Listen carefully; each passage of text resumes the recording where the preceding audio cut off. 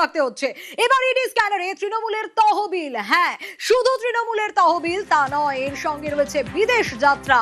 দিল্লির অফিসারদের সঙ্গে বৈঠকের পরেই রাতে ইসিআইআর।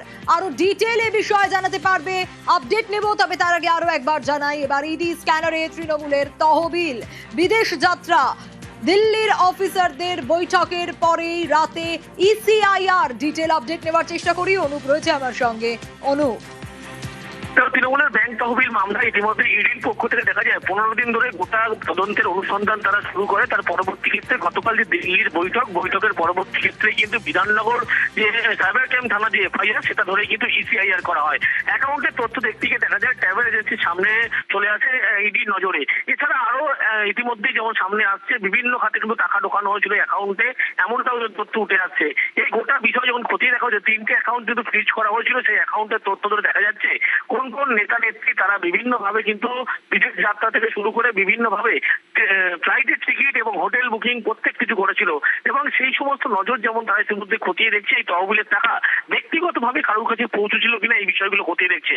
বেআইনি ভাবে কাজের টাকা জমা পড়েছিল কিনা অ্যাকাউন্টগুলোতে সেগুলো যেমন খতিয়ে দেখা হচ্ছে। কোন কোন দুর্নীতির টাকা আদতে সেখানে পড়েছিল কিনা এই সমস্ত বিষয় তারা দেখছে। এমনকি অরূপ বিশ্বাসের যে চিঠি, সেই চিঠির তহবিলেও কিন্তু খতিয়ে দেখা হচ্ছে। বিধাননগর সাইবার ক্রাইম থানায় যখন এফআইআর করা হয় সেটা ধরেই ইডি কিন্তু এফআইআর করা হয়। দলের যে নেতা নেত্রী তাদের যে বিমানে করে যাওয়া, অন্যদিকে হোটেল বুকিং, নেতাদের বিদেশ যাত্রা, এই সমস্ত কিছু বিষয় কিন্তু খতিয়ে দেখা হচ্ছে। সেই কারণে বিদেশি যে ট্রাভেল এজেন্সি তাদের সঙ্গে ইতিমধ্যেই সেই সমস্ত জায়গায় হানা দেয় ইডি।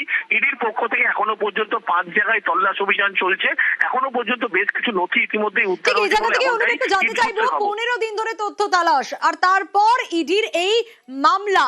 তৃণমূলের তহবিল থেকে কোন কোন খাতে টাকা, এখনো পর্যন্ত কি কি আপডেট পাওয়া যাচ্ছে?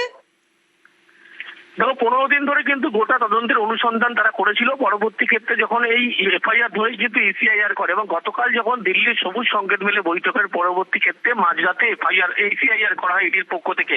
এবং কোন কোন খাতে কিভাবে টাকা ঢুকেছিল বা কেমন ব্যবহার করা হয়েছিল, কোন নেতা বা নেত্রী সেখান থেকে ব্যক্তিগত কোনো সহযোগিতা নিয়েছিল কিনা, এবং বেআইনি কাজের টাকা সেখানে আদতে জমা পড়েছিল কিনা, এবং কোন কোন দুর্নীতির আদতে সেখানে টাকা কোনোভাবে এসেছিল কিনা, এই সমস্ত তথ্য ধরেই কিন্তু একেবারে দেখা যায় যে ইডির পক্ষ থেকে ইসিআর করার পরবর্তী ক্ষেত্রে তল্লাশি করা হয়। কিন্তু দুদিন আগে লক্ষ্য করা যায় যে ঋতব্রত বন্দ্যোপাধ্যায় অন্যদিকে বিধায়ক তারা কিন্তু বিধাননগর সাইবার ক্রাইম থানায় এসেছিল। বেশ কিছু তথ্য তারা দিয়েছিল এবং বেশ কিছু বিষয় নিয়ে কিন্তু জিজ্ঞাসাবাদের সঙ্গে কথাবার্তা বলা হয়েছিল পুলিশের পক্ষ থেকে।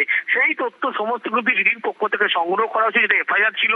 এবং সেই এফআইআর ধরেই ইডির পক্ষ থেকে ইসিআর, যার ফলেই কিন্তু লক্ষ্য করা যায় পরপর ইডির পক্ষ থেকে 7 সকাল থেকে 5 জায়গায় এই তল্লাশি অভিযান করা হয়।